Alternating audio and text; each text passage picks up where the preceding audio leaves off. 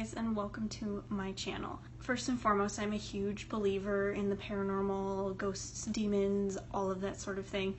And I have personal experiences with that. So basically what I want to start doing are like these paranormal story times, talking about my experiences throughout the years.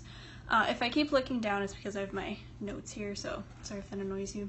Before we can get into these stories, I feel I should start with like an origins story, kind of where my interest in the paranormal began, and kind of what led up to my experiences, and then recent experiences I've had, but that will come later. So without further ado. So I began my interest in the paranormal when I was about 13. I lived in Colorado at the time with my family.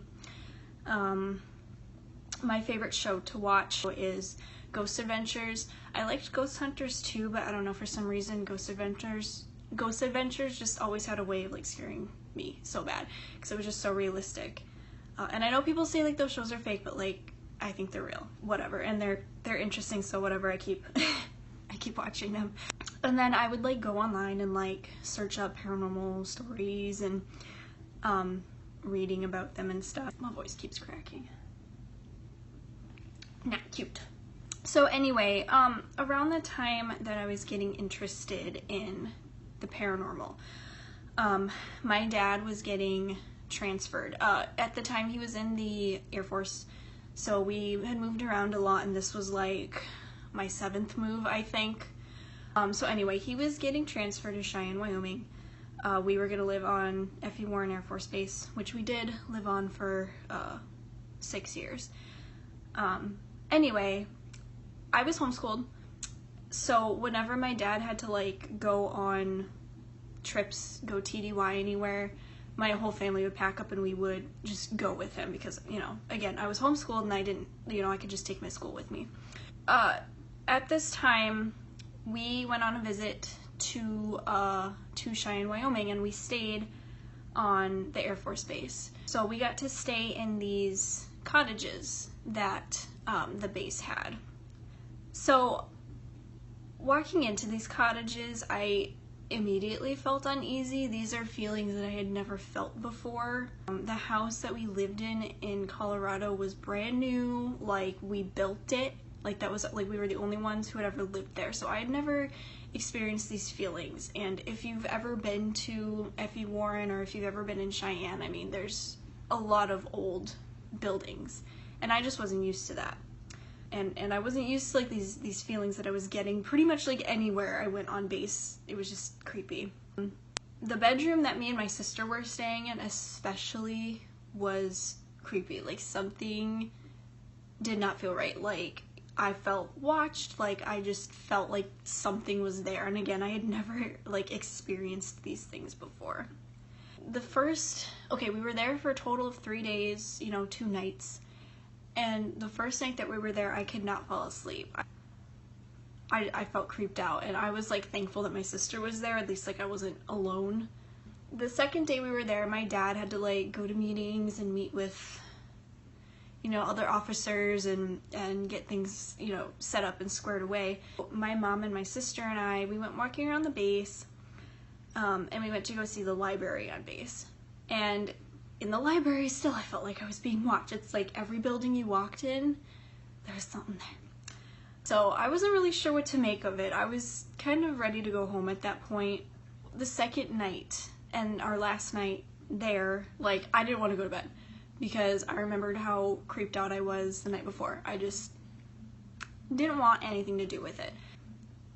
The feeling, something had changed though in the room, because the night before, it just felt creepy, but like the second night we were there, I was convinced that something, I don't know what, but something was under the bed. And I think it was more like underneath the house, like underneath the area that mine and my sister's room was in.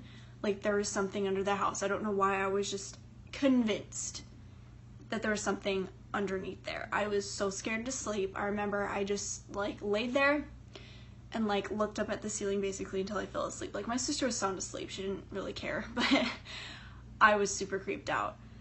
And that night, weirdly enough, I had dreams that we had moved into my new house. And keep in mind, like, we hadn't seen the house we were going to get yet because they didn't have that figured out yet. This was months before we were set to move. But I was having dreams that the house that we were living in, like, there was weird stuff going on in the house. I didn't get restful sleep anyway because I was having nightmares about our new house. And, you know, in retrospect, I mean, that was kind of almost like an omen or like a warning that, like, hey, you're going to be experiencing some weird stuff for the next couple of years. Funny thing about that particular experience, though, about feeling something underneath where me and my sister were sleeping, is my mom and I talk a lot about, like, our paranormal experiences because her and I experienced the most paranormal activity. So I was talking to her about it, and she said she felt something, you know, weird, like, in the entryway of the cottage. I didn't personally feel that. I felt more weird, like, in the kitchen, which was in the back of the cottage, and then, of course, in mine and my sister's room. But I told her that I was convinced that something was under the bed, and she said she felt the exact same way in this exact same place. So that was very validating to me. So, like, I know that I wasn't just being paranoid.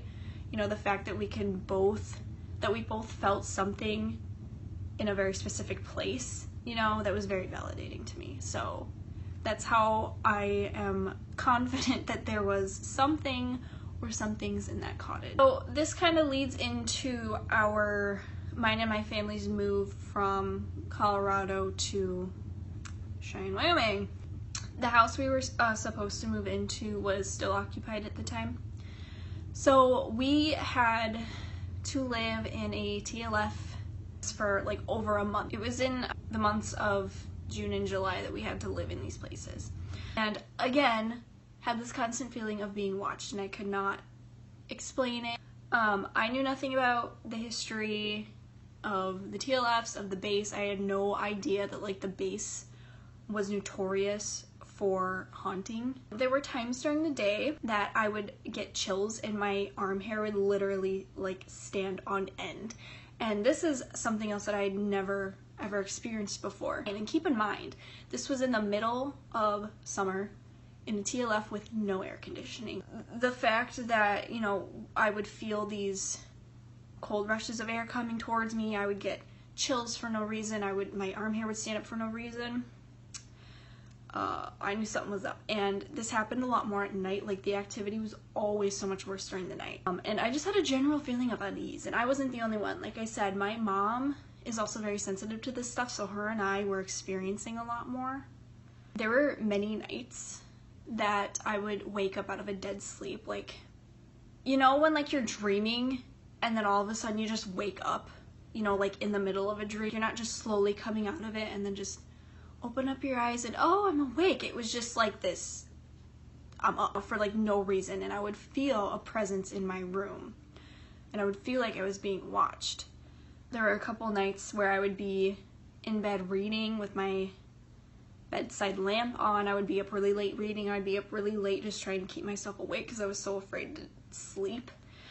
And I felt a presence, like, in the corner of that room. I never felt it, like, move around the room. It was always in that one corner. It didn't seem malevolent. It didn't seem like it was gonna hurt me, but it wanted me to know that it was there. Some nights I would just sleep with the light on. Sometimes I would literally stay up until the sun started rising, and then I would sleep until like 2 or 3 in the afternoon. It got to the point where my insomnia was so bad, my nights and days were completely switched. I would stay up all night and then just, like, sleep during the day because I was too scared to sleep. I had never experienced activity to this extent, and I had never experienced it so frequently that I just didn't know what to do. I believe that there were multiple presences in the particular room that my family was staying in. I wasn't necessarily afraid that they would, like, hurt me or my family. I just felt they were more, like, mischievous and just more like, hey, we're here and we want to scare you. If that makes any sense, or just it wanted us to know that it was there. And, you know, I was hoping that once we moved out of the TLFs and finally went into our home that this activity would stop, but little did I know this was only the beginning.